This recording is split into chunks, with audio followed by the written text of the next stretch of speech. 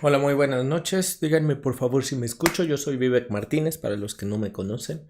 Para los que ya me conocen, qué gusto volverlos a saludar después de 2 semanas y media en esta transmisión de lecturas nocturnas.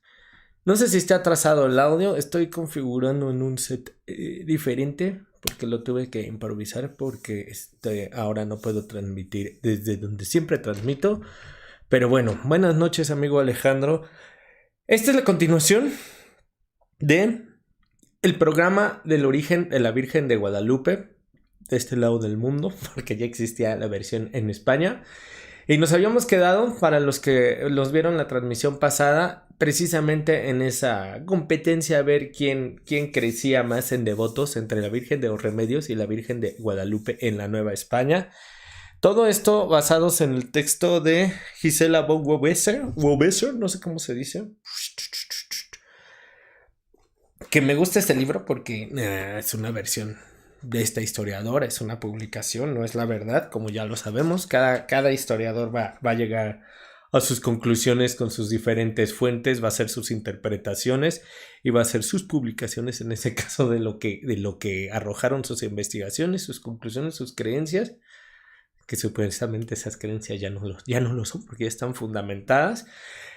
Y este es el caso de esta historiadora. Lo que les digo es que me gusta la sencillez con la que lo explica. Y nos habíamos quedado precisamente en esa especie de competencia entre los cultos, porque decían los españoles que gracias a la Virgen de los Remedios, que prácticamente como Juana de Arco, les había, esta Virgen de los Remedios se les había aparecido y les había resuelto y les había ayudado en el proceso de la conquista y la colonización de estas tierras, de las tierras de estos lares.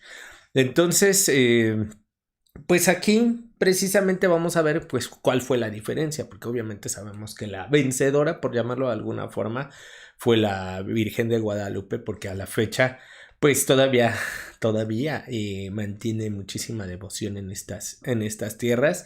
Ya entendimos por qué, ya lo vimos desde la transmisión pasada, pues porque obviamente el Cerro del Tepeyac y toda la región del norte de la ciudad, pues ya venía con los diferentes cultos a las deidades de la tierra principalmente. Y pues obviamente al adoptar esos lugares de poder, ¿se acuerdan cuando hablamos de los apus, que son las montañas sagradas en las regiones de los incas? Es muy parecido aquí, no sé cómo se llamen los ¿cuál es el nombre? No lo tengo, pero precisamente son lugares de poder donde se conjunta precisamente el poder de las montañas con el poder del agua, con el poder de los elementos, con esa conexión que tienen precisamente los viejos habitantes de esta tierra con la energías de la propia naturaleza. Pues obviamente ya eran recintos sagrados en donde se veneraban a estas deidades que eran las que hacían emerger la vida, donde se daba el tributo, a donde se daba esa veneración y ese culto precisamente. Entonces ese cerro de Tepeyac ya poseía esa carga natural, mágica, mística, de gratitud por dar la vida. Y ahí es donde precisamente se empieza, pues los católicos dicen, pues vamos a aprovechar este sitio y de aquí somos, ¿no? Pues ya vamos a ponerle una vez aquí a una virgen nueva para aprovechar todo ese culto que está allá en estos lugares de poder. Buenas noches, Alsacia, muchas gracias por acompañarnos, amiga Ángel Valdés. Buenas noches desde Chicago, la tierra de Charman Friedhampton. Alita Aguilera, hola, buenas noches, listo mi like, muchísimas gracias a los que se conectan, muchas gracias a los que nos ven por primera vez. Y bueno, eso fue más o menos donde nos quedamos la vez pasada, por hablarlo grosso modo. Después de esto, ya llegan los frailes franciscanos y fundan la ermita en el Tepeyac dedicada a la Madre de Dios, es decir, el mismo culto a la Madre de Dios, a la Virgen de Guadalupe, porque ya habían pedido al papado, pues permiso, ¿no? Con estos, ¿cómo se llaman? A través de las bulas, que eran esas actas firmadas y selladas por el mismísimo Vaticano, precisamente para que se pudiera hacer la evangelización en estas tierras. Y bueno, a partir de ahí es donde vamos a leer unos fragmentos, porque es precisamente donde gana la batalla Guadalupe sobre la Virgen de los Remedios. Y es bien interesante. Ustedes van a decir, esto no tiene nada que ver, tiene mucho que ver, pero al mismo tiempo se vincula con nuestra sociedad principalmente, también con nuestra religión, porque todo eso tiene un impacto en nuestra idiosincrasia.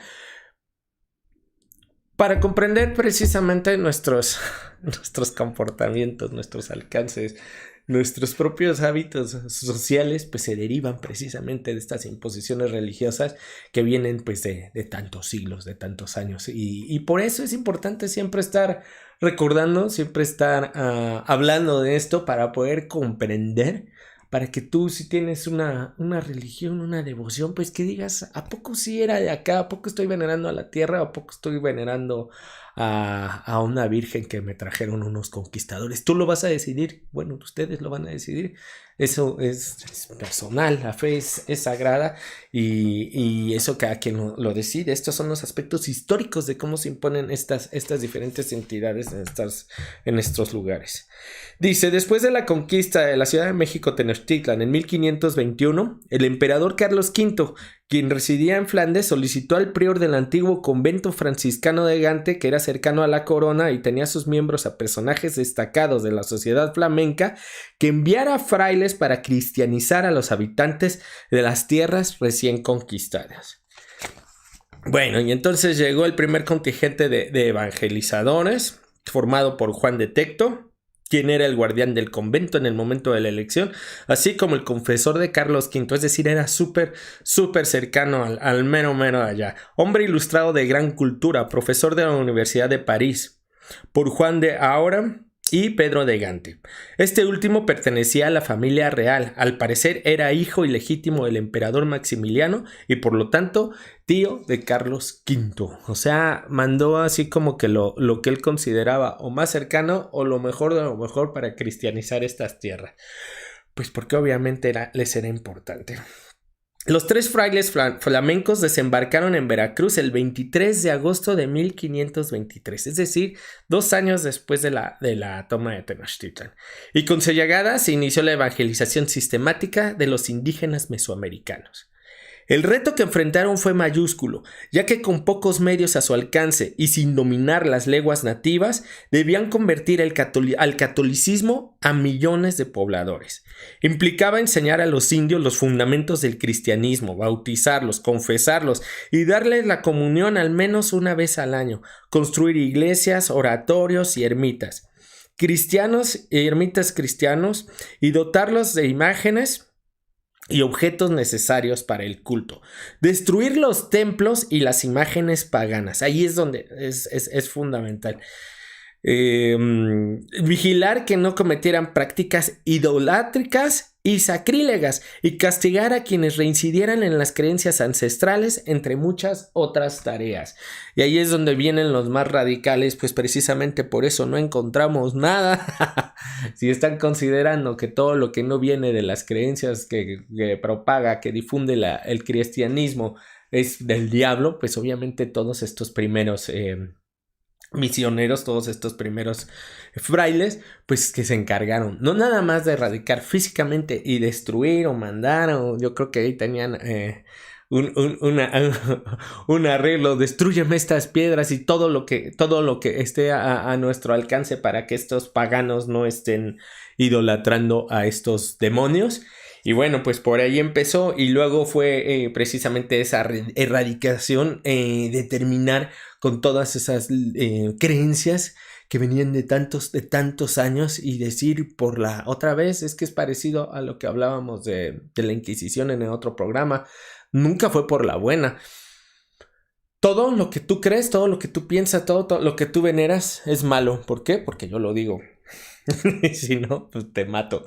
Aquí está muy light la versión, pero pues toda esta evangelización, pues no creo que haya sido a la buena. Estoy seguro de que no fue a la buena. Y precisamente todos los cultos que se mantienen a la fecha, pues se tuvieron que ocultar, porque la fe y las creencias son las creencias. O sea, muchos son evangelizados, muchos como lo vimos también en lo que hacían en España a los que se convertían del judaísmo o de otras religiones que pues seguían manteniendo su culto secreto o para no poner en riesgo su vida. Aquí era lo mismo, entonces los andaban cazando a ver qué tanto mantenían de sus creencias. Pues obviamente muchos ceden, muchos simplemente lo ocultan y ahí es la clave de por qué no encontramos esa filosofía, esa ideología, esas creencias, pues se pueden decir religiosas de los anahuacas a nuestros días, pues porque después de 2 años de conquista, pues vinieron a destruir, pues prácticamente todo, Chicano. Yo creo que dice que qué porcentaje, pues, vean qué queda, cuántos códices existen. 32. ¿Cuántos existen? ¿Cuántos son prehispánicos y cuántos son novohispanos? Esa es la clave. Muchos dicen, pues bueno, existen los vestigios arqueológicos para creer en los sacrificios, pero todo lo que documenta, todo lo que fundamenta la historia, pues son los escritos, en este caso los códices, y quedan demasiado pocos. Y las ruinas, pues no sabemos, o sea, obviamente han descubierto muchas, pero no sabemos qué tantas había, es muy, muy relativo. Por eso es una filosofía y una forma de pensamiento que sigue oculto y que se adivina a través de la intuición, a través de los comportamientos, a través de nuestra propia idiosincrasia, que ya está por supuesto mezclada también con la de los conquistadores. Bueno, perdón, ya me clavé y voy a leer. Juan de Tecto y Juan de Aura murieron al poco tiempo de haber llegado a Nueva España, durante la fracasada expedición de Hernán Cortés que emprendió a las Higueras, Honduras. Y por lo tanto Pedro de Gante, quien era hermano lego y no sacerdote, se quedó solo. Su labor se fortaleció en 1524 con la llegada desde Castilla de 12 franciscanos españoles pertenecientes a la provincia de San Gabriel de Extremadura bajo el mando de Martín de Valencia.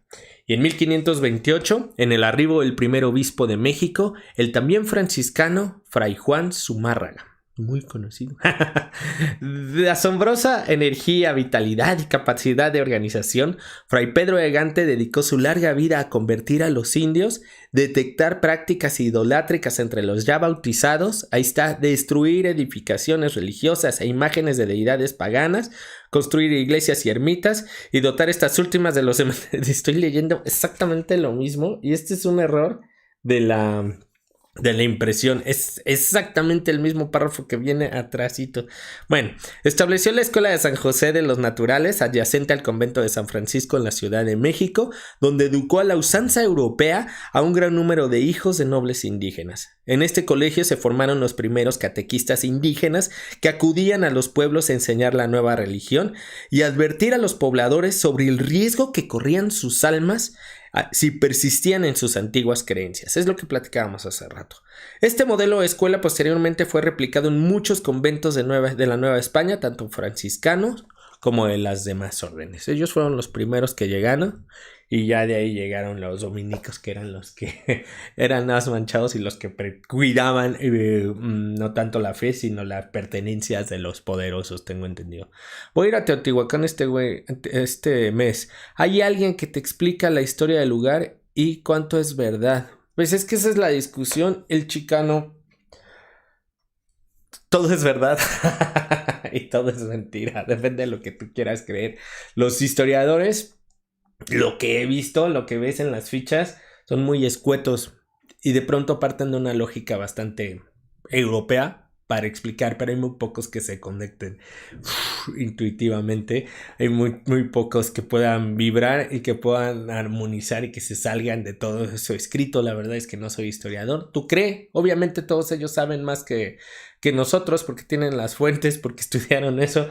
Acércate y créeles lo que te vibre, créeles lo que conecte contigo, pero niégales la mitad. La verdad es que sí hemos aprendido algo en este muy poco periodo y con mucha ignorancia, pero también con nuestro presente es que mucho de lo que se dice como verdad lo imponen los poderosos. Lo vivimos en el presente. Lo vivimos, vemos cómo se manipula la realidad, aún ante nuestros ojos nos construyen una narrativa falsa. Ajá, y no nada más en México, en todo el mundo. Eso, si no somos testigos, si nosotros no tenemos las herramientas como para decir esto es verdad. De hecho, estaba o escuchando una entrevista muy interesante con Lorenzo Meyer que le hizo hace, ¿qué será? Menos de 4 días, si acaso jueves o viernes. Salió con el canal de Julio Astillero. Vean esa entrevista y habla, ahí hay unos fragmentitos bien interesantes. Este señor es historiador, donde explica precisamente como historiador y estaba, me acuerdo, sintetizando. Alexa, cállate, mamá. Estaba explicando precisamente la historia y prácticamente dice, pues no es cierta, o créela a medias, cree lo que tú consideres. Hay muchos intereses y todas las realidades se cuentan desde todos los ángulos posibles. Y si esto lo vinculas con intereses políticos, con intereses económicos, pues obviamente la historia se va a diluir. Por eso tienes que empezar a vibrar y a conectar desde lo que te sientas muchísimo más cercanos. ¿Cómo estás, Yara 12? Muchas gracias. Saludos a Nahuacas, nos dice. Pero la única forma de que empieces a generar un criterio es leyendo, yendo a los lugares, analizando, vibrando, viendo las piezas, viendo las piedras, viendo los vestigios, viendo la arquitectura, los caminos, los espacios, los edificios. Hay mucho que ver y empezar a pensar. El lugar, por ejemplo, hay algo bien interesante que ya puedo decir con seguridad que se siente en las ciudades sagradas y se siente, se vibra precisamente, y no porque te eleves y te vayas a otro estado de conciencia y empieces a ver ángeles, que bueno, algunos sí, como dice mi papá, que en Mitla, que en fin.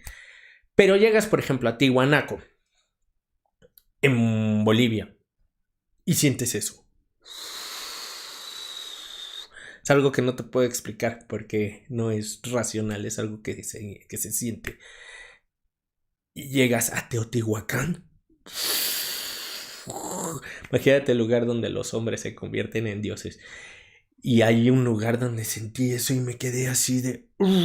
fue lo último. Y ahí ya por eso dije, voy a dejar de transmitir en YouTube. Estoy perdiendo mi tiempo. Y Hierápolis, sientes lo mismo. Y las tres son ciudades sagradas. Es muy difícil explicarlo y es muy difícil. Va a llegar un maestro y te va a decir, no, pues es que fundamenta en esto, no fundamentes, empiecen a sentir. Esa es precisamente la distancia y la diferencia entre nuestra intuición y el percibir con el corazón, con la naturaleza, y empezar a vibrar con los elementos, que es lo que nos fundamenta para los que nos creemos descendientes de los anahuacas, y la racionalidad con toda esa materialidad que pueden comprobar los ojos. Es como si tú pudieras negar un sueño solamente porque habita aquí, porque habita en tu espíritu, porque habita... y dijeras, es que mi sueño fue real. Bueno, tu amor es real, tu corazón es real. Empecemos a vibrar. Los vencedores te dicen su verdad. Así es, tú sientes, es sentir, nada más es sentir. Quédate. Si tienes chance de tocar las cosas, tócalas. Siente el aire, siente el piso, siente el tiempo. Particularmente en Teotihuacán, vayan y el tiempo corre de una forma completamente distinta. El tiempo se alenta. Los que viven en la Ciudad de México, vayan al centro. Justo cuando van al mero centro, al Zócalo, que ahorita ya voy a hablar de cosas políticas, empiezan a vibrar y empiezan a sentir precisamente esa energía tan poderosa, que cada que llegas como si o no nos sabemos cuidar, o en verdad ahí hay un imán que te absorbe completamente. Llegas completamente hecho, bueno, cuando llego aquí a su casa, que está a 7 estaciones, llego completamente devorado por el sol, por la energía. Empecemos a vibrar. Aquí hay muchísimo, obviamente hay capas y capas y capas. Exactamente, la intuición ayudará a encontrar la respuesta, dice Alejandro. Así es, tú sientes, dice Yara. Bueno, siéntelo, en pocas palabras. Los franciscanos de esta primera época compartían algunas de las ideas reformistas de Desiderio Erasmo de Rotterdam, quien criticaba, esto es bien importante, los primeros franciscanos. Es que aquí se van deformando las misiones. Este señor sostenía que la fe debe estar centrada en Jesucristo y proponía un cristianismo apegado a la Biblia y a las enseñanzas de los primeros padres. Con el trasfondo de estas, se propusieron crear una sociedad a partir de la conversión de los indios al catolicismo, pero conservando las estructuras sociales y económicas prehispánicas. Para ello, trataron de mantener a los pueblos indígenas alejados de los colonos españoles, bajo la premisa de que sus costumbres eran perniciosas y decadentes y su afán de lucro desmedido. En su aspiración de mantener el statu quo, con frecuencia tuvieron como aliados a los encomenderos y a los caciques indígenas, a quienes convenía seguir gozando de los privilegios que tenían. Es que ya cuando vinculas la fe con las estructuras de poder, pues todo vale madres. Lo acabamos de ver y lo seguimos viendo, lamentablemente. Lamentablemente así funciona, así opera el mundo, así funciona cuando pues empiezan a hacer uso de lo más sagrado que es nuestra fe. A pesar de que los frailes franciscanos se horrorizaban ante los ritos paganos y los sacrificios practicados por los indios, y de que estaban convencidos de que todo lo concerniente a su religiosidad era obra del diablo, se vieron forzados a utilizar la infraestructura religiosa, material e ideológica. Eso es fundamental, porque eso es clave para comprender a la Virgen de Guadalupe, existente como sustrato para la evangelización. Los antecedentes de estas prácticas databan de los inicios del cristianismo, cuando se impuso la religión cristiana a los pueblos paganos europeos y en la península ibérica en épocas más recientes, durante la conquista de los territorios que habían estado en manos de los musulmanes. Después, en lecturas nocturnas, vamos a leer un libro, antes de que se me olvide, es que si no se me va la vida.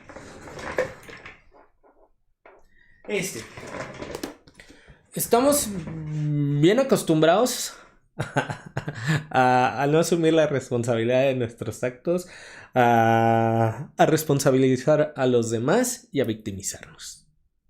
Esa es mi percepción, la pueden negar. Esa es una cuestión cultural. También en España, también estas personas venían de un dominio de 700 años, precisamente de los musulmanes. Y es lo que vamos a revisar después en este libro de Madrid Islámico, y todos esos vestigios de dónde vienen precisamente estas culturas que finalmente también llegaron aquí. No podemos ser tan reductivos nada más de quedarnos con esto, si no comprendemos esto más el todo, esto más lo de afuera, no podemos tener nociones del todo, simplemente como equilibrio. No puedes comprender esto si no comprendes la contraparte, no puedes asimilar, no puedes hacer un análisis profundo de quién eres si no conoces al otro, no puedes tener una noción de sociedad si no escuchas, si no te retroalimentas, si no configuras tu formación completa. El negarnos a las otras culturas, el no comprenderlos desde su ideología, su religión, su estética, su comportamiento, nos va a hacer perfectamente ignorantes también de nosotros mismos. Es como encerrarte en un capullo, es como intentar comprender el mundo en un cuarto aislado de los sentidos. Perdón, pero es muy, muy importante comprender también las culturas orientales, las culturas medio orientales, las culturas occidentales, las culturas madres, como dice Guillermo Marín, para poder comprender nuestra propia cultura y contrastarla. Es bien, bien interesante. No nos vamos a clavar, fue un paréntesis, pero vamos a hablar después de ese tema porque me parece muy, muy importante. Los antecedentes de estas prácticas databan de los inicios del cristianismo, cuando se impuso la religión cristiana a los pueblos paganos europeos, y en la península ibérica en épocas más recientes durante la conquista de los territorios que habían estado en manos de los musulmanes. Así, utilizaron los materiales de los templos indígenas para construir las iglesias católicas, transformaron los cantos y los bailes nativos dedicados a honrar a los dioses paganos en himnos cristianos. Se valieron de términos de la religiosidad nativa para expresar conceptos cristianos. Instauraron ermitas o pequeños adoratorios llamados humilladeros en los antiguos centros ceremoniales prehispánicos, que es el caso del Tepeyac, y sustituyeron algunas imágenes de dioses nativos por cruces y figuras sacras cristianas con la finalidad de encauzar la devoción que existía de las primeras hacia las últimas. Esa es la clave del sincretismo religioso en nuestro país. Fue en este contexto en el que los franciscanos fundaron una ermita en el Cerro del Tepeyac para orientar hacia la Virgen María la devoción que le tenían los indios a Tonantzin y probablemente hacia otras deidades femeninas. El franciscano Bernardino de Sahagún se refiere a este hecho en el ya mencionado apéndice del libro 11 de la Historia General de las Cosas de la Nueva España, al señalar que en el Tepeyac se suplió la diosa Tonantzin por la Virgen María, representada como Madre de Dios, aunque dice que ignora el origen de la ermita del Tepeyac. Por Juan de Torquemada sabemos que fueron miembros de su propia orden quienes la fundaron. Desconocemos la fecha precisa en que sucedieron estos acontecimientos. Pues ya vimos, llegaron luego llegaron en el 21 y en el 24 ya traían refuerzos. Entonces prácticamente a 4 años, 5 años de la conquista yo creo que empezaron con esta construcción. A favor de una fundación temprana habla del hecho de que según Motolinía la evangelización de Mesoamérica comenzó en Texcoco el 1 de enero de 1525 e inmediatamente después prosiguió en México y sus pueblos alrededores y sus alrededores y en Cuautitlán. Y precisamente el Tepeyac estaba situado en los alrededores de la Ciudad de México y pertenecía a la jurisdicción de Cuautitlán, que era su cabecera. Por otra parte, Fray Pedro de Gante da algunos datos sobre esta etapa temprana de evangelización en una carta enviada a sus correligionarios flamencos en 1529. Dice, no voy a hablar como español porque no me sale, mejor después invito al pirata Hart que ya lo tiene más dominado. Dice, yo he construido más de 100 casas consagradas al Señor, entre iglesias y capillas, algunas de las cuales son templos tan magníficos como propios para el culto divino, no menores de 300 pies y otros 200. Muchas de estas iglesias las edificó en lugares que eran sagrados para los indios, por lo que es casi seguro que, dada la importancia del Tepeyac como centro ceremonial, su cercanía con la Ciudad de México y que era visita de Cuautitlán, la ermita debió construirse antes de 1530. Por eso sí está dentro de los primeros años de la conquista. Bueno, ya pasaron más. Otro inicio proviene del mercedario Fray Luis de Cisneros, quien en su libro sobre la Virgen de los Remedios concede a la ermita de Guadalupe el honor de haber sido la primera y la más antigua de la Nueva España, edificada según él casi desde que se ganó la guerra. Es lo que les digo, desde que llegaron, masacraron, conquistaron y empezaron a tener el control social, pues obviamente tenían que tener el control religioso. Y otra vez, hay que comprender la civilización, hay que comprender la cultura española, que es una civilización sumamente católica y lo sigue siendo. En ese entonces, obviamente, el poder económico pues estaba en el poder de la iglesia y en los monarcas. Pero el poder que se conecta con la gente pues es el poder religioso. Por eso, si llegas y conquistas, empiezas a clavar esa ideología, porque es la que finalmente influye en el comportamiento moral, en el comportamiento de las personas, que es lo que todavía impacta en nuestros días. Dice Andrés, buenas noches, amigo. Dice, lo mismo sucedió con la Guelaguetza, que en realidad era el lunes del cerro, una festividad para dioses para la buena cosecha. Claro, y se van adaptando y ahorita ya viajan de todas las regiones y precisamente se sigue manteniendo el culto. Que la otra vez que fuimos, ya tiene 2 años, fuimos el año pasado, precisamente los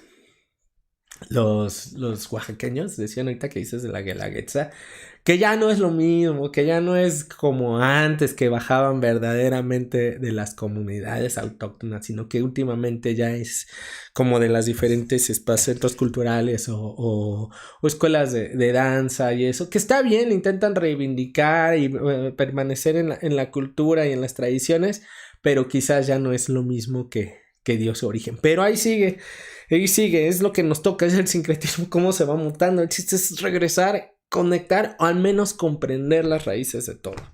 Si consideramos que la ermita de los Remedios ya aparece mencionada en 1528 en las actas de Cabildo de la Ciudad de México, que ya saben dónde las pueden consultar, si no es que se quemaron, ahí en la calle de Cuba y Donceles, bueno, no sé cómo se llama.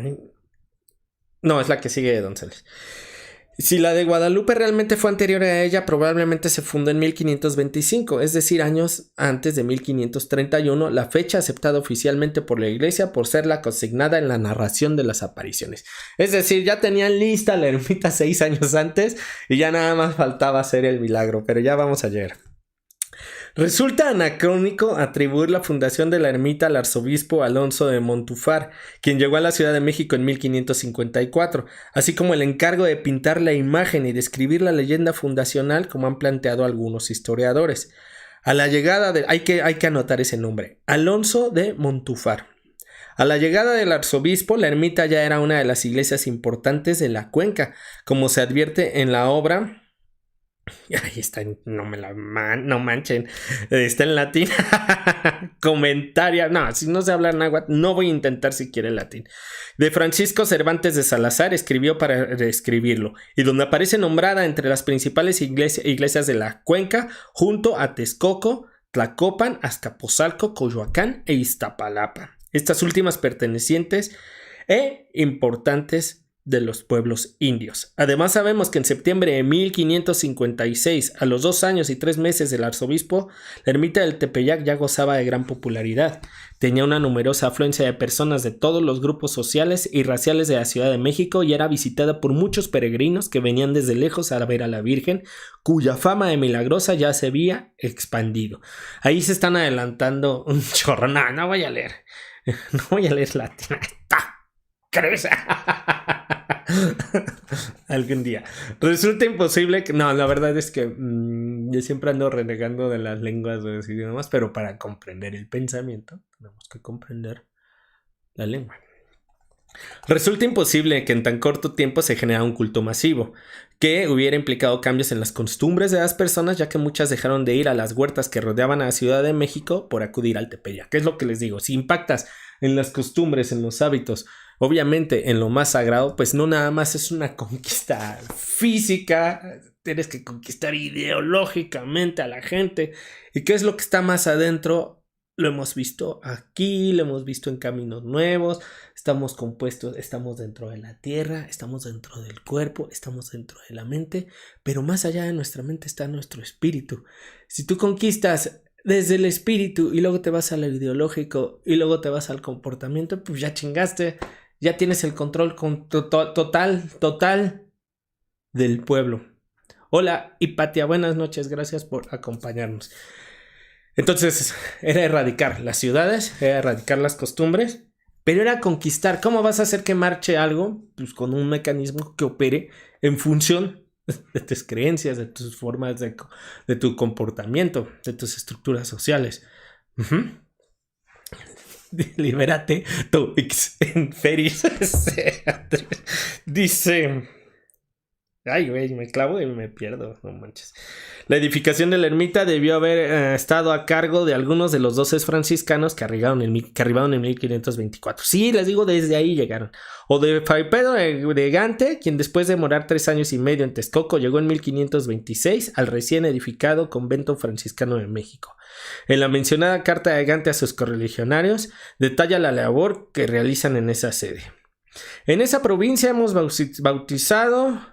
más de 200,000 y aún tantos que yo no sé el número. Con frecuencia nos acontece bautizar en un día 14,000 personas, a veces 10, a veces 8,000. Cada provincia, pueblo y parroquia tienen su iglesia o capilla. Por eso hay tantas. Con imágenes de pincel, cruces y estandartes que atestiguan gran amor y devoción a Dios nuestro Señor. Pues ya les habían dicho, vamos a transformar este culto y que adoren ahora, en lugar de las energías de la naturaleza, al Dios de los cristianos. Puede afirmarse que la edificación de la ermita debe situarse a finales de la década de los 20 del siglo XVI. Sí, después de la conquista, luego. Tampoco tenemos información sobre la imagen mariana que los frailes franciscanos colocaron en esta primera ermita y por lo tanto hay posturas divergentes entre los estudiosos del guadalupanismo. Un amplio grupo afirma que fue la imagen de la Virgen de Guadalupe que hoy día se encuentra en la basílica y que esto sucedió el 26 de diciembre de 1531. Esta postura la han sostenido principalmente aquellos estudiosos que abordan el tema desde una perspectiva religiosa y aceptan la versión de la Iglesia Católica de que la imagen se generó de una manera milagrosa al imprimirse en el ayate del indio Juan Diego. Esa es la versión religiosa, la 1531. Otro grupo, en su mayoría formado por investigadores que han tratado esta temática bajo un enfoque histórico, social y antropológico, difiere de la postura anterior y sostiene que la ermita contó inicialmente con una imagen distinta a la que conocemos actualmente, aunque tampoco basan sus hipótesis en evidencias documentadas. Lo que platicábamos hace rato con el amigo... Con el chicano. Perdón, se me fue tu nombre completamente. Con el chicano. Parten de diferentes fuentes y aquí es más delicado porque precisamente... Si en las cuestiones históricas, pues dice, se imponen la verdad los historiadores hispanistas, aquí aparte los historiadores tienen todavía que, no que luchar, pero sí que contrastar precisamente con las diferentes intereses de la Iglesia Católica. Ya vieron que ya está, de tanto que no nos veo, he comido re bien, queridos amigos. En este rato he echado mucha cacheta. Perdón por el paréntesis, pero es que ahorita que me volteé a ver, la tenía que comentar. Dice, bueno, que no tienen evidencias documentales. Francisco de la Maza fue el primero en plantear la posibilidad de que la ermita haya carecido de una imagen mariana o que haya tenido una réplica de la Virgen Española de Guadalupe. Esto último con el afán de explicar el origen del nombre de la Virgen. Edmundo O'Gorman y algunos de sus seguidores suscriben esta hipótesis en cuanto a la existencia de una imagen previa a la actual, pero difieren en el hecho de que haya sido una réplica de la Virgen Española. O sea, ni siquiera saben qué había antes de la original, de la actual. Sostiene la hipótesis de que la imagen original fue tan insignificante o de factura tan perecedera que a los pocos años se deterioró y tuvo que ser sustituida por lo que hoy se encuentra en la basílica. Plantea la posibilidad de que Montúfar le haya encargado al pintor indígena Marcos Zipac y que una vez terminada la haya introducido subrepticiamente en la ermita y la haya intercambiado por la imagen insignificante que había ahí. O sea, le dijo, ¿sabes qué? Esta imagen está rechafita, vamos a hacer una imagen más perrona, que dure muchos siglos, por supuesto, y vamos a hacerle una leyenda poderosa. Todavía no llegamos ahí.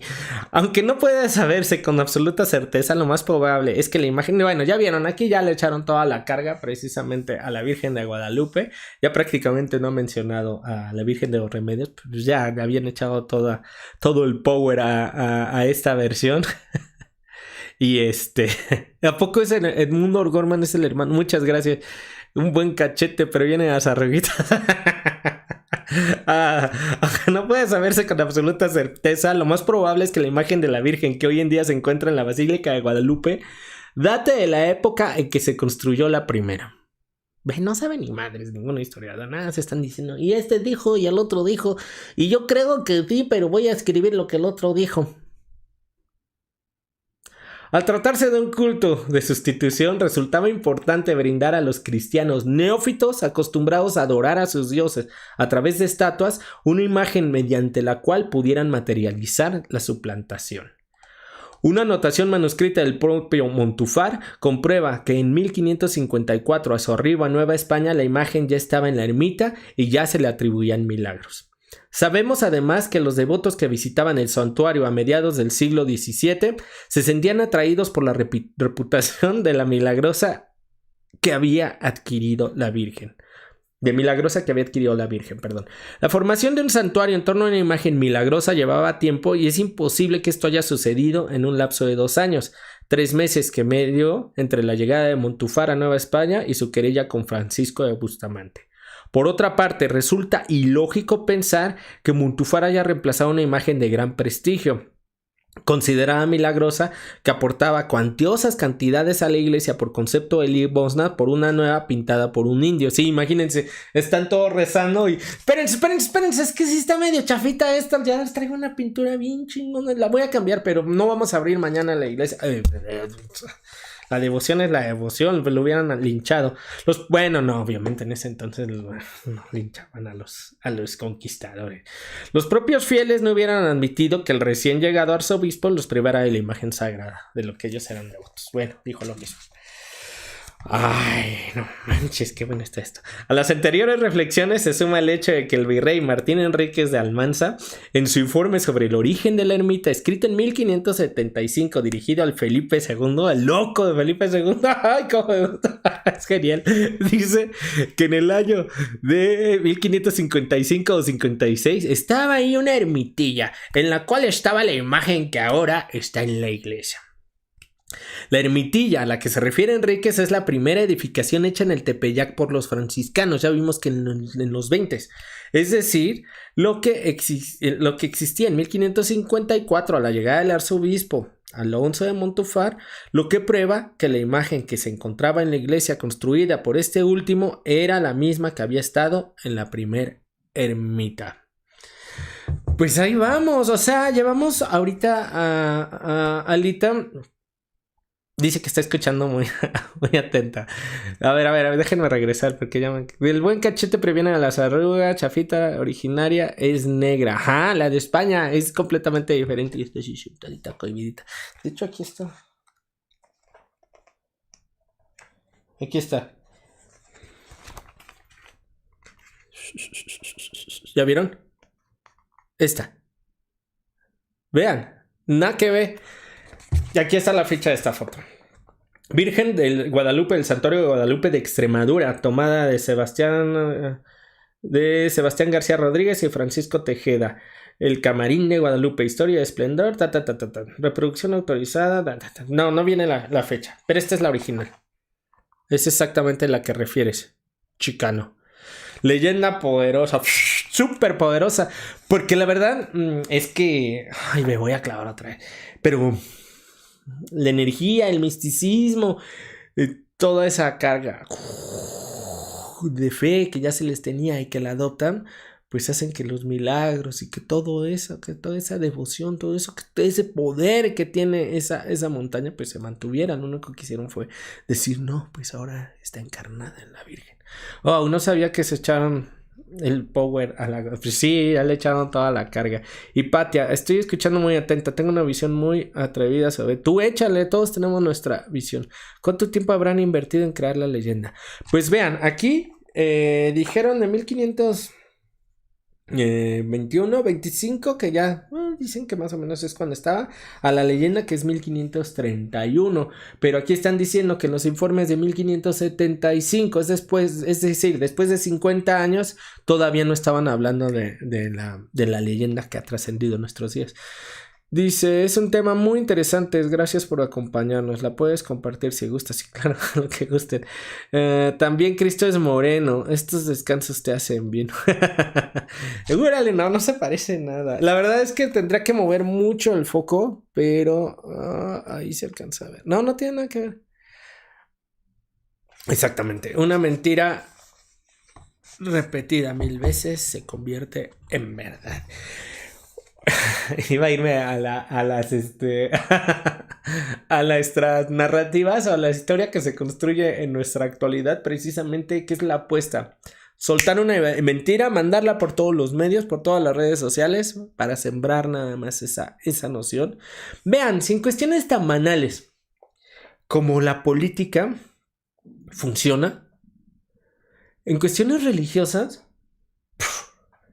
cuando estamos en esa búsqueda, algo que no es tan natural a los humanos como nuestra espiritualidad, si sueltas algo, es más, lo he estado viendo en YouTube, pueden aparecer personajes que les digan, ay no, es que es increíble, pueden aparecer personajes que les digan, yo soy enviado del 12º planeta de otra galaxia y vengo a ayudarles como humanidad porque mi alma y mi espíritu están en el nivel 14 de evolución, entonces yo soy un ser cósmico que les vengo a ayudar a trascender como humanos. ¿Saben cuántas vistas tienen esos canales de esos personajes? Ajá. O yo soy amigo de Jesucristo y puedo platicar con él. En verdad, la fe es tan ciega, tan pura, que se lucra muy fácil con ella, que la gente va y se la cree, se cree todas esas palabras, porque precisamente esa búsqueda de lo inexplicable es nato, nos es nato como humanos. Entonces es muy fácil inventar, muy fácil crear, muy fácil generar historias, generar leyendas, generar verdades. ¡Ah! Es increíble. Tengo la tele prendida, no sé por qué, perdón. ¿Cuántas? Por algo le dicen a la religión la política negra, así es. Bueno, ¿seguimos? Porque aquí terminamos nada más lo de las misiones, cómo destruyeron las edificaciones, las imágenes, e impusieron toda esta ideología y les cambiaron los personajes para que siguieran haciendo los mismos cultos, pero ahora hacia la Virgen. Y ahora sí, ya vamos a la origen de la imagen de la Virgen de Guadalupe. Si todavía está en desierto, ya son 11:30, podemos seguir y leemos otro pedacillo. Híjole, es que esto estaría increíble hacerle un programa solito. Pero como quieran. ¿A qué hora empezamos? ¿Al cuarto para las 11? Bueno, denme chance de tomar agüita mientras les voy a poner la cancioncita. No les voy a poner la cancioncita. Voy a tomar agüita. Díganme, es que estoy esperando en el chat que me digan. Todas las personas tienen esa necesidad. Claro, es una necesidad innata. Bien lo dices, es lamentable que lucren con ello. Hijo, y lucren en YouTube. De una forma. En YouTube, en Gandhi, en Samron. En ¿cómo se llama esta librería? La que es de puros libros New Age. En New Age, por ejemplo. Por eso yo me voy de puntito. En esos textos. Estaba sintonizado Televisa esa. No, estaba prendida la tele nomás. Perdón, me serví un poquito de agua. Vean. Agua.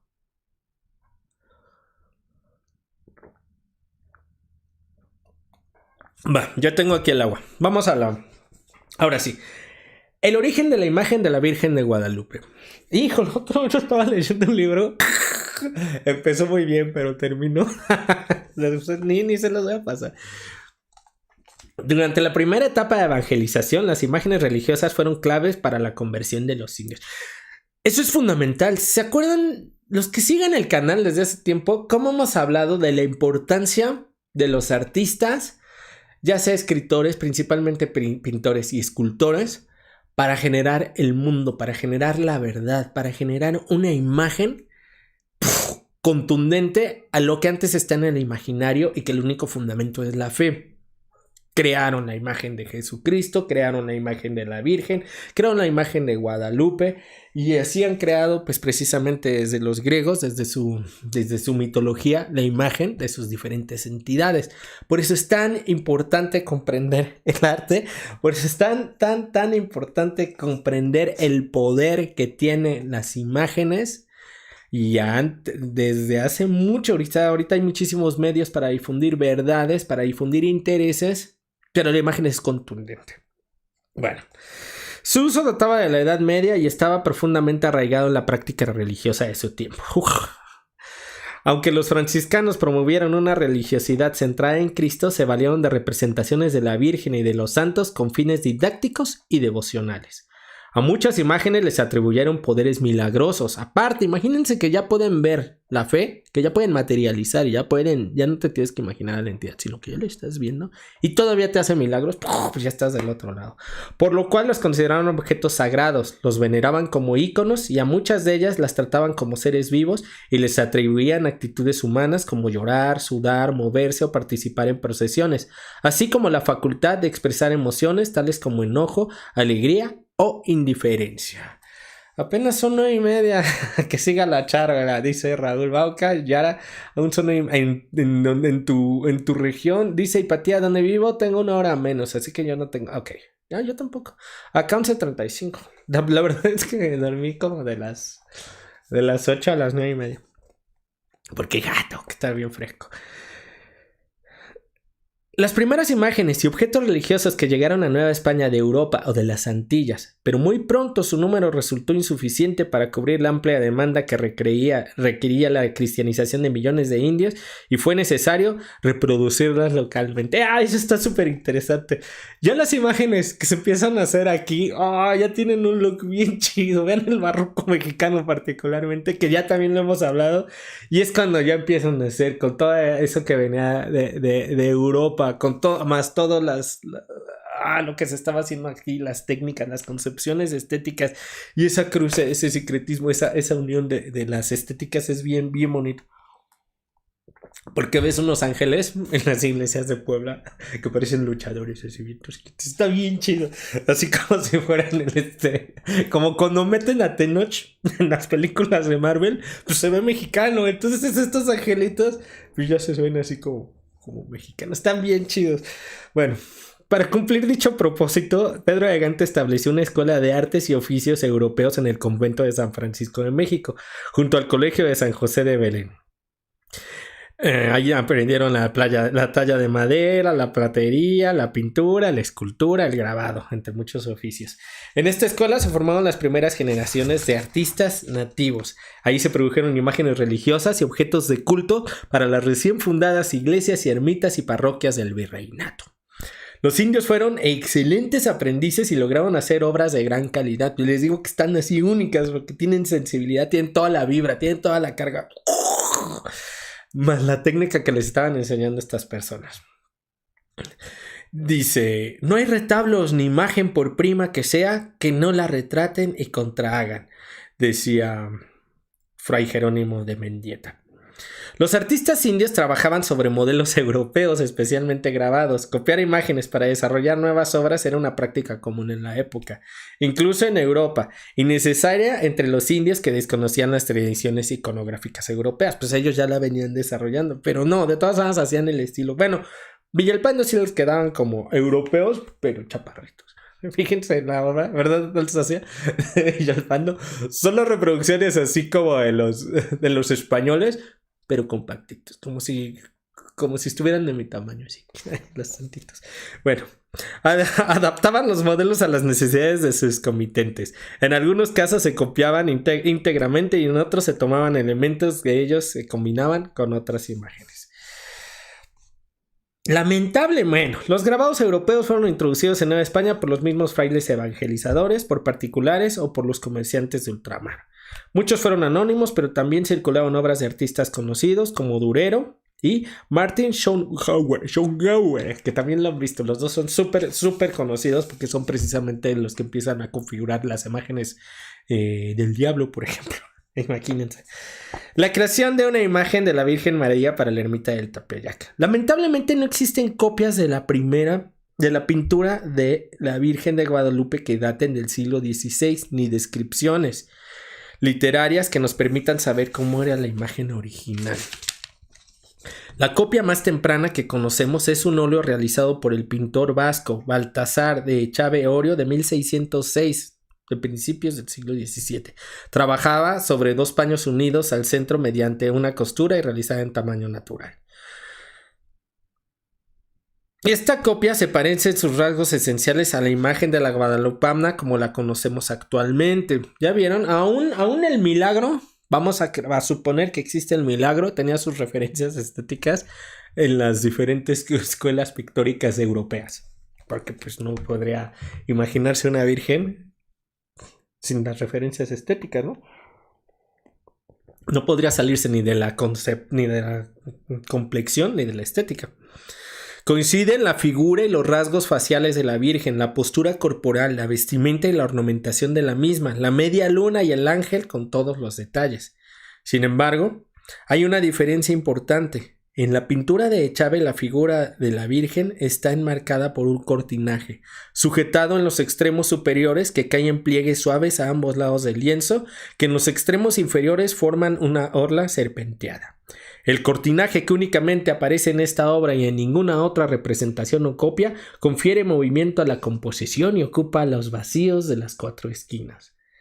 Evoca las pinturas del manto de Verónica como el divino rostro de Jesús, que, según la tradición, se imprimió de manera milagrosa durante el Vía Crucis en el momento en que ella le ofreció a Jesús para secarle el sudor. El manto de Turín, yo creo que es muy conocido. Y vamos a buscar precisamente esta imagen, porque viene ilustrado este libro. Vean qué chidas ilustraciones. Ahorita se les enseño, me estoy buscando.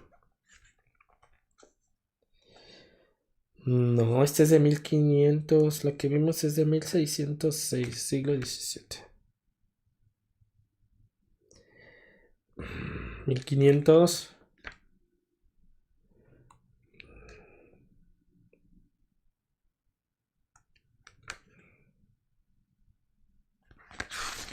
Debe ser esta. Es que no viene clara. Ay, no sé si alcanzan a ver.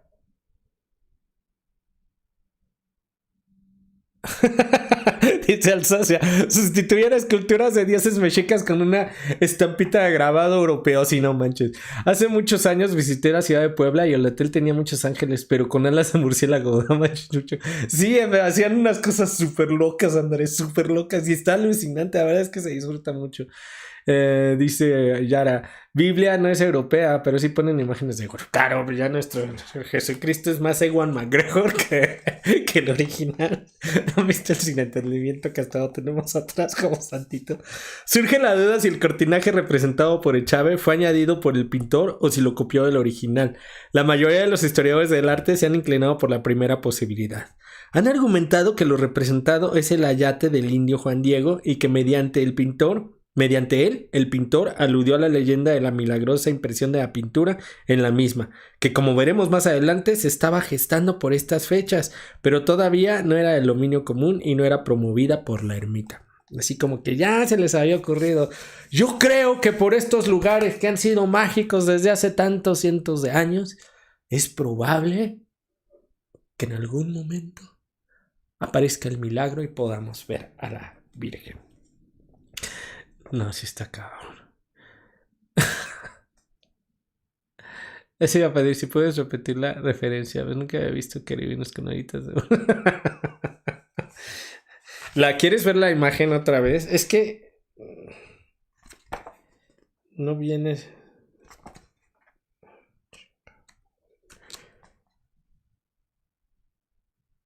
No, es que aquí viene la referencia. Me das de cuenta que me manda las representaciones, pero ya es la imagen que conocemos. O sea, cuando me voy a la figura 8, es esta.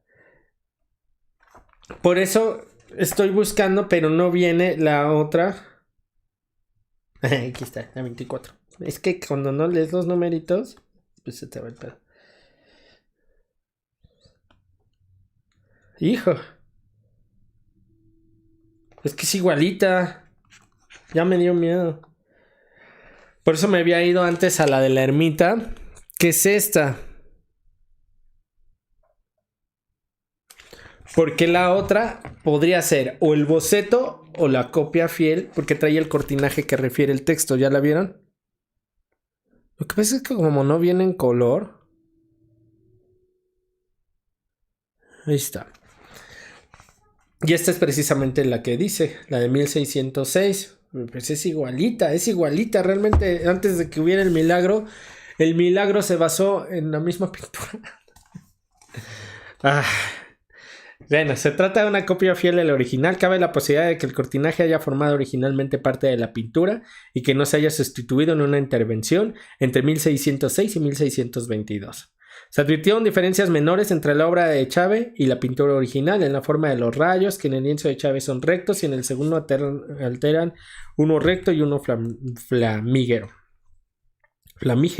Y en la forma de la mandora es que ya está, es muy técnico.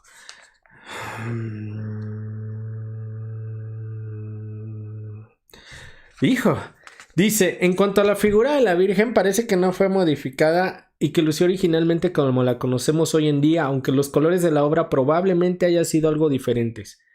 Por ejemplo, todavía a mediados del siglo XVII el manto era azul según la descripción de Miguel Sánchez, y un siglo después ya tenía el color azul verdoso que la caracteriza en la actualidad. En ese momento, asimismo, ya se percibía un desgaste en las aplicaciones de oro. Estos cambios se debieron al efecto del tiempo y de los agentes que actuaron sobre la pintura, como el polvo y el humo de las velas y las lámparas en que estuvo expuesta durante siglo y medio. Pues obviamente, porque por ejemplo, en el otro... muchas gracias. A ver si encuentran la referencia en color. Pero ¿cuál fue el origen de la pintura de la Virgen de Guadalupe del Tepeyac? Ya vamos al centro. En 1556, el provincial franciscano Francisco de Bustamante, un predicador de gran prestigio muy respetado por sus contemporáneos, aseguró que la pintura había sido obra de un indio llamado Marcos. Lo dijo en un sermón predicado en el convento de San Francisco de México con motivo del festejo de la Natividad de la Virgen, al que asistieron el virrey, los miembros de la audiencia y otras personalidades de la sociedad novohispana. Lo dicho por él merece crédito, dado que su orden había fundado la ermita y porque se trataba de un suceso relativamente reciente, sucedido unos 25 años atrás, del cual debió de haber habido testigos vivos, pero lo que resulta contundente es que su afirmación no causó extrañeza ni desconcierto entre quienes lo escucharon, como consta en una averiguación sobre lo predicado por él, llevada a cabo al siguiente día por parte del arzobispo Montúfar. Los testigos encuestados objetaron diferentes partes del sermón, pero nadie cuestionó el que Bustamante haya atribuido la realización de la pintura al indio Marcos. Hijo. A ver. Los güeros ya están buscando. Estaba bueno cuando tenías cámara enfocada en el libro. Es que no puedo leer. Claro, con la basecita. Perdón. Y sí aparecen varias imágenes que aparecen réplicas y ya se entiende lo del manto, claro.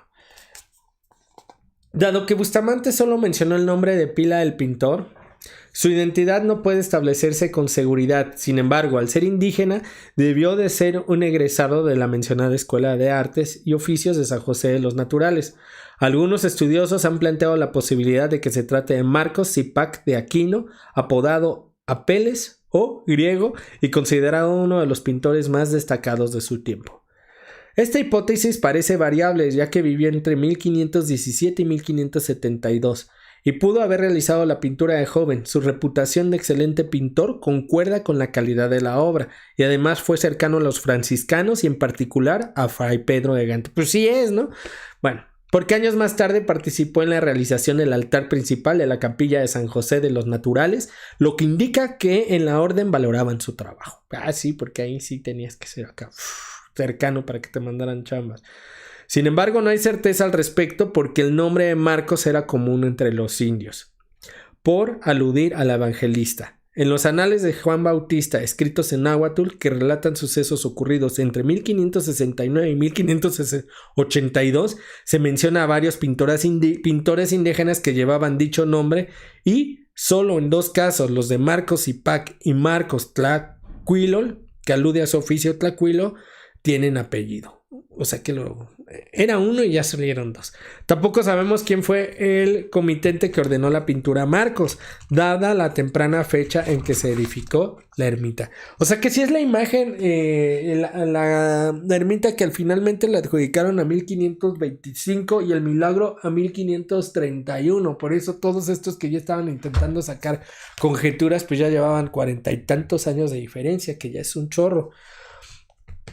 Es probable que haya sido el propio Gante quien le proporcionó la estampa o estampas que sirvieron de modelo para la realización de la obra.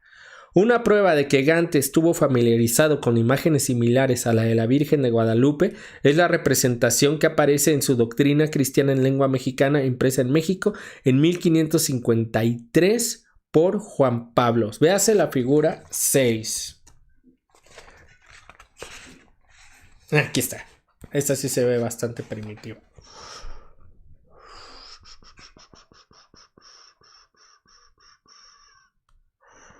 ¿Ya la vieron?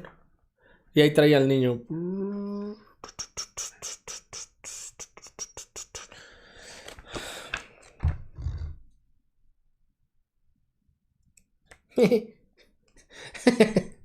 ¿Qué güey? Cerré la página en la que estaba, amigos. Espérenme. Es que, ay, perdón, se me fue el...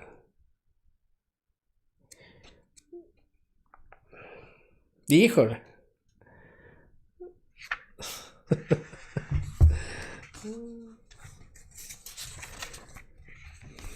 No manches, me perdí.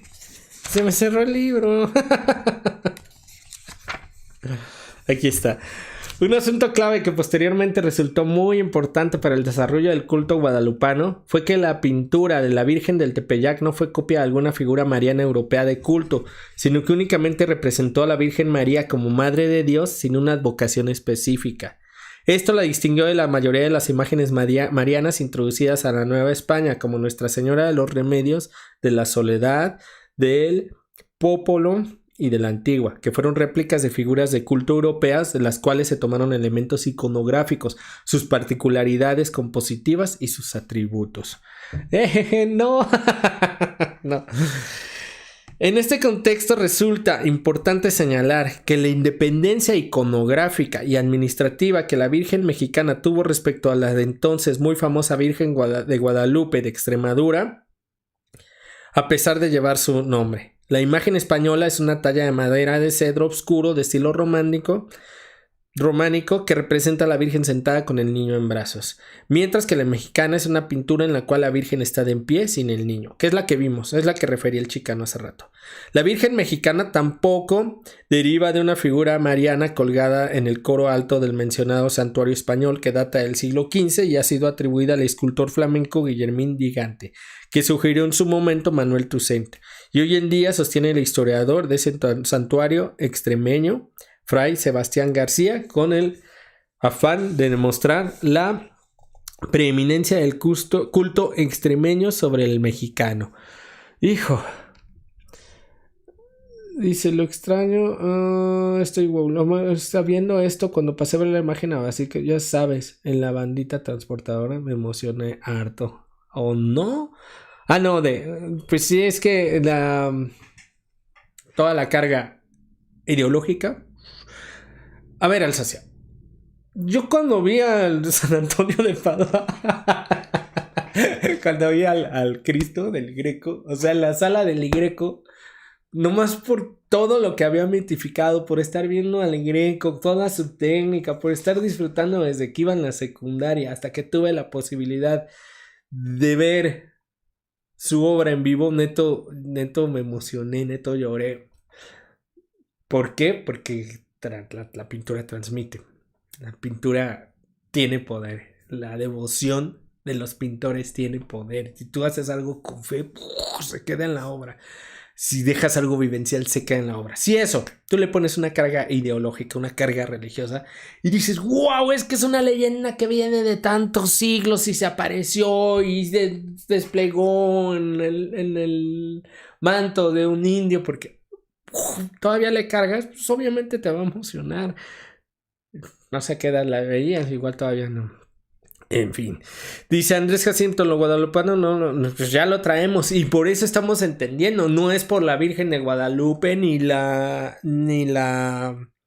manta, ni la pintura, y todas estas referencias históricas que está mencionando. Es algo que te conecta con tus raíces, que te conecta con la tierra, que te conecta precisamente con esas creencias anteriores a todos estos cultos que vienen de España. Precisamente por eso es algo que traemos de fábrica, es algo que si bien tú no eres devoto y vas a ir a adorar a Tonantzin y a sentir la energía del Tepeyac, sí te va a conectar energéticamente porque también tienes una carga generacional de todos esos cultos que vienen de siglos. Obviamente tiene poder. Yo nunca he ido, dice Alita Aguilera. Hijo, Alita, ojalá un día puedas venir a verla. No olviden dejar su like. Sí, tengo mucho por conocer. Fui en diciembre. Domenico Teotocopoulos, el Greco. Ah, cómo admiro a ese cabrón. Nunca hablaba del Greco, ¿verdad? Me gusta un chorro ese güey. Es que pinta súper bien. Y aparte la otra vez estaba viendo que tiene toda la influencia de la iglesia ortodoxa. Y sí, toda, hasta cómo resuelven las sombras. Más todo eso que decían que pintaba alargado porque se pensaba que todo lo pensaba para verse en lo alto y cuando ves la perspectiva se tiene que compactar. Pero no, realmente él tenía una percepción absolutamente distinta. Es muy parecido al Van Gogh. Tienen una forma de percibir el mundo muy diferente a nosotros, muy particular. Pero aparte tienen una técnica y una sensibilidad en la que esa forma en la que perciben, en la que ven la realidad, la transmiten en la pintura. Pero ese es otro tema. La independencia de las dos advocaciones y la falta de relación de sus santuarios quedaron de manifiesto en 1574 con la visita a Nueva España del representante del convento Jerónimo, el monje Diego de Santa María, quien llegó con la encomienda de canalizar hacia la casa matriz española las limosnas dadas en territorio americano a la Virgen de Guadalupe, y que tuvo que regresar a la península ibérica con las manos vacías después de constatar que la guadalupana mexicana no era una réplica de la española, que había surgido varias décadas antes en la ermita del Tepeyac y que el nombre de Guadalupe se lo habían puesto sin la autorización de la casa matriz de Extremadura. Sí, está cañón eso de Alsacia, del Greco, cuando ves la pintura de los ortodoxos y cómo conciben y cómo sintetizan y cómo analizan y cómo representan la forma alargada, dices, pues sí. No me encanta.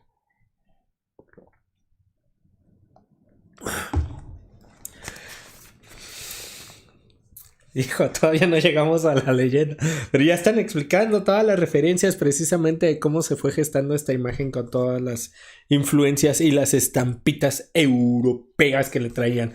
La imagen perteneciente al modelo iconográfico tardío medieval Muliar Amicta Sole del ámbito flamenco alemán.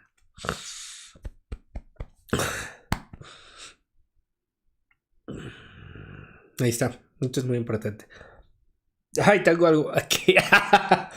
Dice, si bien la imagen de la Virgen... Ay, no. Permítame. Ay, ¿por qué no fui maestro? Ellos controlan. Ajá. No, claro. Los iconos en persona, pues tú viste, precisamente se ve cómo recorre el pincel, las sombritas que se les hacen aquí, hasta la Virgen, hasta el niño que parece que están barbados, ¿no? Y sus ojos con el párpado caído, que sí es parecido a los españoles, pero se difiere precisamente en ese trazo, en esa... Y si te das cuenta está asociado perfectamente, pero no vamos a hablar de la técnica del Greco. Si bien la imagen de la Virgen de Tepeyac fue una creación original, hecha por un indio novohispano, no se inscribe dentro de la tradición pictórica prehispánica, claro. Sus características formales y conceptuales obedecen a los cánones europeos, como sucedió con todo el arte sacro producido en aquel momento. Europa era el paradigma religioso y cultural de la época al que seguían tanto los españoles radicados en América como los indígenas convertidos al cristianismo. La imagen de la Virgen del Tepeyac corresponde iconográficamente al modelo de la Mulier Amicta Sole, mujer rodeada del sol. Una manera de concebir y representar a la Virgen que surgió en el norte de Europa y fue muy popular en el ámbito flamenco y alemán del siglo XIV al siglo XVI. Es como el antecedente precisamente de esas Madonas doradas que se empezaron a clavar los españoles, principalmente Murillo, que hace unas Madonas súper chidas, pero que vienen precisamente pues también del arte bizantino. Y esos dorados extraños, los dobleces de la tela, ¿qué dice? Y los iconos en persona tienen texturas, se ven las pinceladas, pero nunca se ven, no se alcanza a ver los dobleces de la tela. Sus características derivan de la mujer celestial descrita por San Juan en el Apocalipsis, una mujer vestida de sol con la luna bajo sus pies y una corona de 2 estrellas sobre su cabeza. Desde la Edad Media, aquí es cuando tenemos que ir comprendiendo precisamente esas descripciones, cómo los artistas empiezan a generar de las imágenes descritas a las imágenes pintadas, es decir, empiezan a crear al personaje para que lo podamos ver. Por eso es bien importante. Desde la Edad Media, esta mujer celestial se había identificado con la Virgen María debido al papel protagónico que ella desempeñó en la lucha cósmica entre el bien y el mal y el hecho de que dio a luz un hijo varón, el que ha de regir en todas las naciones con el cetro de hierro. Mientras en el dragón de 7 cabezas se reconoció al diablo. Dada la anterior asociación, el modelo de la Mulier Amicta Sole se utilizó profusamente en la Edad Media para representar a la Virgen María en dibujos, esculturas, tallas en madera, miniaturas y pinturas al óleo. A partir del siglo XV se reprodujo masivamente mediante xilografías y grabados en metal. Y aquí lo tenemos precisamente. De la figura 9 a la figura... Pues todo, es como lo conocemos. La que tiene las espinitas alrededor, que brilla como un solecito. Ahora sí. Y la tiene la Virgen. Vean aquí los piquitos. Y es como esa mujer que viene del sol. Y aquí la volvemos a ver. Todas esas representaciones precisamente medievales. Y aquí las volvemos a ver. ¿Ya vieron todos esos piquitos?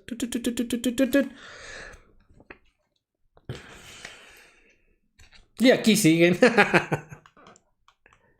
Vean, ese es precisamente. Está sintetizado en la imagen de la Virgen, pero son precisamente herederas de estas concepciones. Esta, por ejemplo, es de que siempre me cuesta trabajo pronunciar. Martin Schonauer. Y aquí precisamente ya se ve un antecedente de la Virgen, que hace rato lo mencionamos junto a Durero. Este es un grabado. Y este es de Durero, precisamente. Una Virgen. Y ahí todavía trae al niño. Y otra vez se ven precisamente esos piquitos. Pero aquí sí se clavó, hizo más que una síntesis, lo multiplicó para que se viera precisamente esa mujer que irradia como el sol. Y aquí hay otras representaciones todavía súper chidas. Si quieren playeritas de las influencias de las influencias medievales que dieron origen a la iconografía definitiva de la Virgen, pues avísenme y las escaneamos y las imprimimos. Estaría increíble eso. Gracias a la intensa importación de objetos religiosos, libros, imágenes y grabados, este modelo se introdujo en la Nueva España, lo que puede constatarse mediante obras como una tota pulcra realizada en arte plumario del siglo XVI, perteneciente al Museo de América de Madrid, que es en la figura 7. Híjole, está increíble esto. La verdad es que si les gusta el arte y la religión, este está hecho en puras plumitas, que es la que les había enseñado hace rato.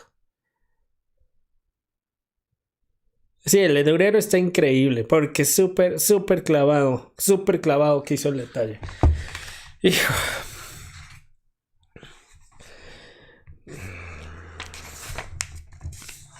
Las características iconográficas que definen el modelo de la Mulier Amicta Sole son las siguientes, que son las que acabamos de ver. La Virgen se representa rodeada de rayos solares en forma de mandorla. La Virgen está parada o a veces sentada sobre una media luna. La Virgen porta una corona de 2 estrellas sobre la cabeza. En la mandorla se alternan un rayo recto y uno curvilíneo. Hay formaciones de nubes alrededor de la mandorla. La Virgen está apoyada en una pierna y mantiene la otra ligeramente flexionada. Así como, a ver, levanta tantito la pierna. Dale movimiento cuando diriges a una modelo. Perdón. La Virgen porta una túnica y un manto que caen hasta sus pies. La túnica y el manto forman pliegues angulosos que se proyectan sobre la media luna. La Virgen lleva recogido el manto bajo uno de los brazos. Un zapato puntiagudo se asoma bajo la túnica apoyado sobre la media luna. La Virgen porta una larga cabellera rizada que cae al suelo sobre sus hombros y espalda. Que cae suelta, perdón. Ay, yo dije hasta el suelo. La cabeza de la Virgen es perfilada por un nimbo. Hay presencia de ángeles alrededor de la Virgen y la Virgen carga al niño Jesús en uno de sus brazos. Menos en la Virgen de Guadalupe. O sea, tiene toda la influencia, pero aquí precisamente es lo que refería hace rato, que lo que la hacía única es que precisamente la habían distinguido gráficamente de las demás. Aquí dice la historiadora, encontré 80 grabados del siglo XVI y de las primeras 2 décadas del siglo XV, procedentes del ámbito flamenco y alemán que corresponden al modelo mencionado, con las cuales la imagen de la Virgen de Guadalupe del Tepeyac presenta similitudes estilísticas. Son evidentes, ya lo vimos. En su mayoría los grabados están impresos en hojas sueltas. La complejidad compositiva y la calidad artística de los grabados consultados son variables. En el caso de las estampas de pequeño formato suelen ser composiciones muy simples, en algunos casos de factura burda. Las estampas de formato grandes y las impresas en libros denotan mayor dominio de la técnica y refinamiento en cuanto a la forma. La mayoría de las obras son anónimas, pero también se encuentran obras firmadas por artistas reconocidos en su época, que son los que acabamos de ver. Entre las imágenes estudiadas he seleccionado 13 para escribir sus coincidencias iconográficas con la imagen de la Virgen de Guadalupe, que son las que acabamos de revisar, que precisamente mantienen, pues principalmente esa estructura de la media luna, que es la media luna turca, y el manto, la posición de la Virgen, la referencia a los ángeles y los rayos solares. La mandorla, que caracteriza a la Virgen de Guadalupe, se encuentra de manera parecida en las estampas xilográficas más antiguas del siglo XV. Lo que nos está diciendo es que esta era una imagen común, era una imagen que nos importaron y la volvieron milagro, pero ya tenía toda la influencia y ya estaban todos resueltos los elementos para que la pudieran pintar aquí. La postura de la Virgen parada sobre una media luna corresponde a la descripción apocalíptica con todas las obras motivo de la comparación de este estudio. La guadalupana viste una túnica y capa que llegan hasta los pies. Sigue siendo la misma descripción. Los pliegues angulosos forman la túnica y el manto en sus extremidades. La manera en que la guadalupana apoya su peso en la pierna derecha y mantiene la izquierda flexionada en contraposto. Movimiento que se proyecta sobre la túnica y que motiva una ligera torsión del cuerpo y la cara hacia la derecha. La encontramos en la obra de Gunzmann. Híjole, como la mayor parte de las representaciones de la Virgen correspondientes al modelo de la Müller Amicta Sole, la de la Guadalupe inicialmente portó una corona. Esta le fue borrada en 1895 por el pintor José Salomé Pina, por órdenes del abad de la Basílica de Guadalupe, José Antonio Plancarte y La Bastida. ¡Ay! Se me fue la cámara. Voy a tener que cambiar la cámara de la compu. Ay, dejen quito mi limpiador porque se me dio. Bueno, ahí estamos. Hola, Cris. ¿Cómo estás, Cris? Qué gusto verte. Muchas gracias por conectarte. Estamos, para los que se acaban de conectar, como mi amiga Cris, estamos hablando de las influencias pictóricas, las influencias visuales que tuvo el pintor que hizo la imagen de la Virgen de Guadalupe, que sabemos que se llama Marco, pero no sabemos cómo se apellida porque nos dejaron dos opciones. Y precisamente como síntesis podemos decir que era una imagen común en la época medieval que se llama Müller Amicta Sole y que había muchísimas representaciones en las que se basó este pintor para hacer la versión que está en la basílica, pero que estábamos descubriendo justo ahorita que leí los comentarios, pues que antes traía una coronita y que la acaban de que se la quitaron a finales del siglo X. Ay, güey, lo acabo de leer, ¿dónde me quedé?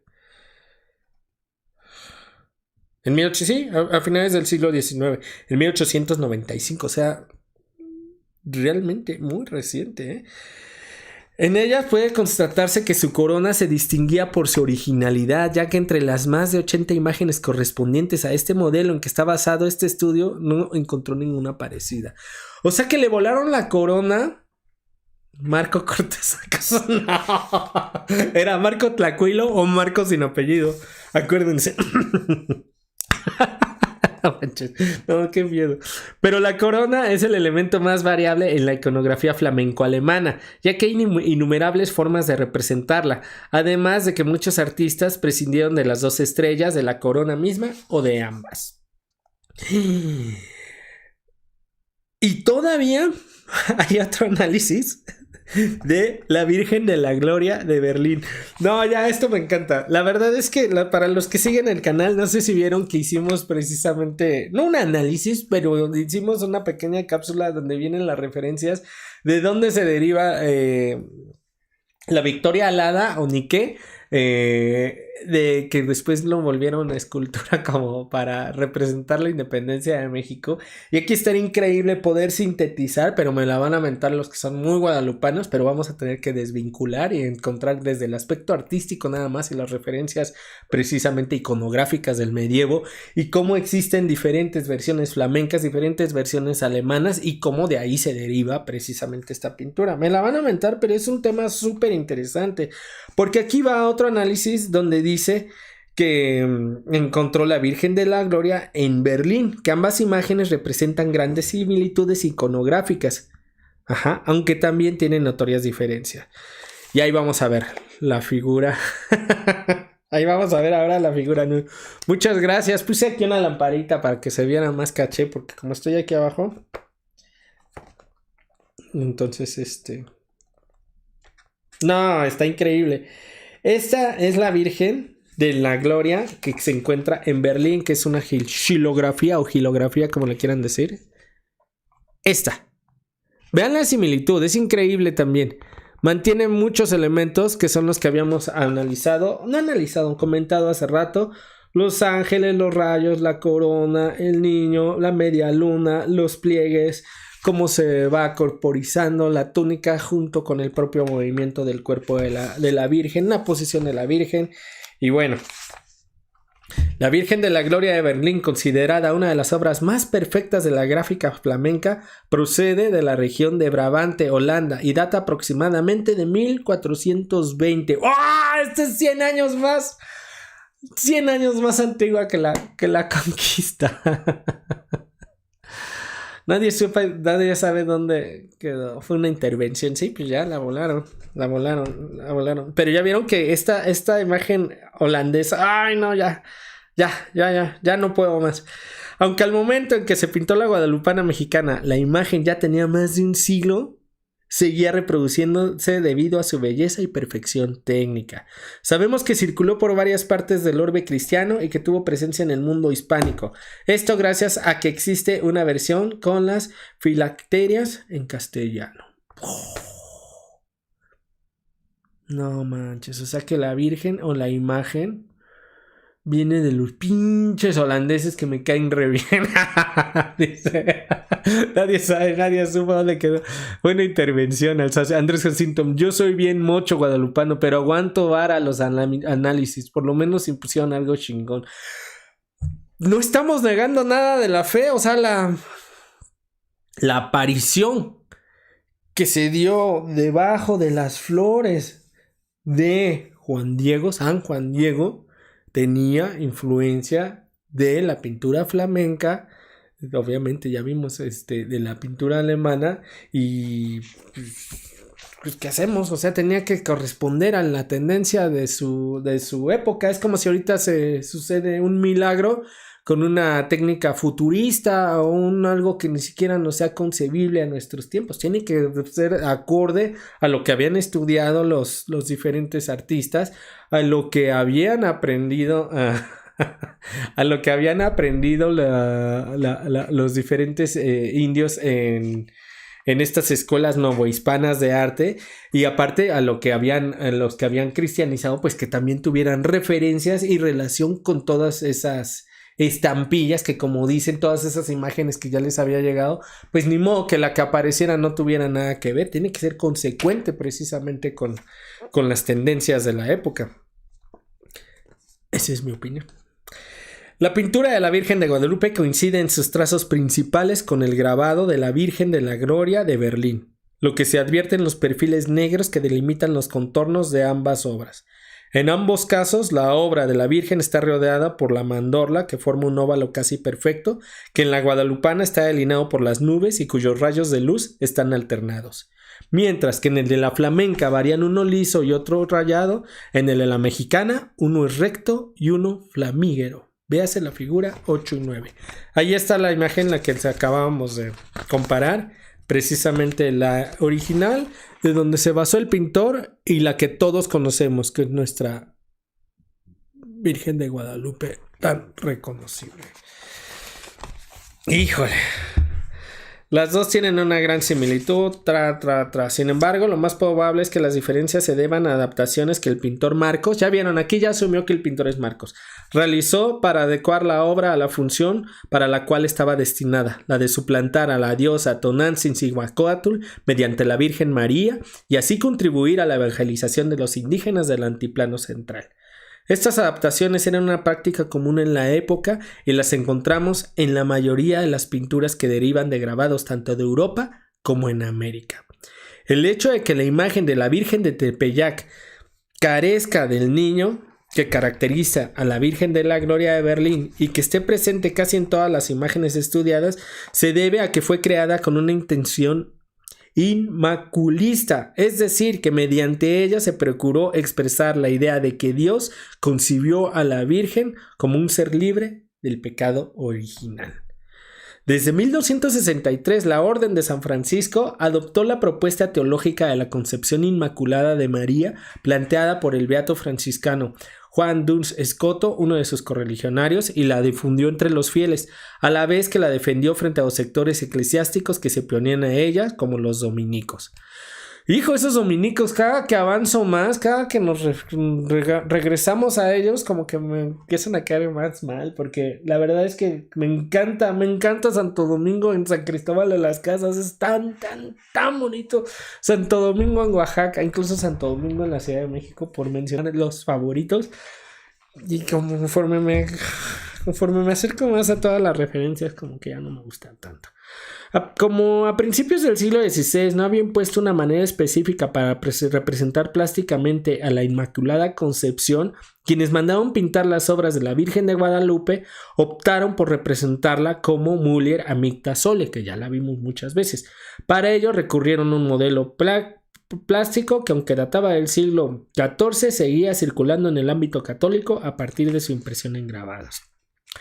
Sustituir la cabellera rizada flotante por un peinado sobrio de raya en medio y el cabello pegado a las sienes probablemente tuvo la intención de adecuar el aspecto de la Virgen a la de las mujeres indígenas nobles del siglo XVI. Este tipo de peinado les era familiar a los naturales y les inspiraba respeto. Tal vez el hecho de dotar a la Virgen de cabello y ojos oscuros tuvo la intención similar, claro, ya que la hizo parecida al tipo físico de los indios y al de la mayoría de los españoles, lo que debió de haber permitido que muchos novohispanos se identificaran con ellos. Es la imagen mestiza precisamente, ¿no? Que también se refiere muchísimo de ella, ya como que dijeron, vamos a estandarizar para todos los novohispanos que están aquí, para todos los criollos, para todos los indios que ya hemos catequizado, que ya hemos cristianizado, y vamos a hacer una imagen estándar que sea tanto para los que ya son fieles a la Virgen como a todos esos cultos heredados. Como resultado de estos cambios, la imagen de la guadalupana denota un mayor recogimiento que la flamenca. La intención espiritual se refuerza al conservar la postura de la mano izquierda conforme al original, colocarla al centro del pecho de la Virgen y plegarla con la mano izquierda en actitud orante. La oración y el recato eran prácticas que los frailes trataban de inculcar en los indios, mediante las cuales les prometían llegar al cielo y evadir el infierno. Ahí ya les habían generado esa idea de cielo e infierno y ahora necesitaban una imagen que precisamente les ayudara a comprender la oración para desvincularlos o alejarlos del infierno. Así, la imagen creada por Marcos, única en su género, resultó muy exitosa. Durante las siguientes décadas se fue sacralizando o fue aumentando el número de sus devotos, dando origen a una nueva advocación mariana bajo el nombre de Guadalupe. Esta nueva advocación de María resultó más vigorosa y convincente que las importadas de Europa y con el paso del tiempo se sobrepuso a ellas, incluyendo a Nuestra Señora de Guadalupe de Extremadura, de la cual tomó su nombre, como se verá más adelante. Hijo, y todavía sigue, está bien bueno este libro, me encantó esto de las referencias, ya tenemos al nombre del pintor. Esta es la lectura histórica, específico, aquí está la cámara, perdón, ya estaba viendo la de arriba. Nada más nos estamos basando en la pintura y cómo se gestó este culto, por qué es así la Virgen. Y ahora sí, Les agradezco mucho su tiempo, les agradezco mucho a los que siguieron conectados, espero les hayan divertido, espero haya sido comprensible principalmente más que divertido de dónde viene la imagen iconográficamente, visualmente, como de dónde hereda elementos la Virgen de Guadalupe, la importancia que ya vimos mantener los cultos de los anahuacas y transformarlos en estos cultos, la importancia de convertir y transformar ideológicamente desde lo más sagrado para poder regular, modular su comportamiento, imponer estas estructuras sociales y políticas para los españoles, para perpetrar esta conquista. No nos vamos a tirar al suelo ya, ni vamos a decir, que nada más estamos hablando de historia. Como lo he dicho muchas veces, todos tenemos nuestra fe y la respetamos. Espero, sinceramente, les haya gustado. Espero también, sinceramente, mañana poder continuar con una lectura nocturna. Si no, nos vemos el miércoles en Sin Entendimiento. Mañana probablemente, si no transmito, es porque todavía me faltan 2 películas. Por favor, vean las películas. Hay unas bien chidas y hay unas bien malas, pero bueno, ya lo comentaremos. Muchas gracias a los que siguen conectados. Alsacia Alejandro Villanueva, Alita. Mira, todos empiezan con A.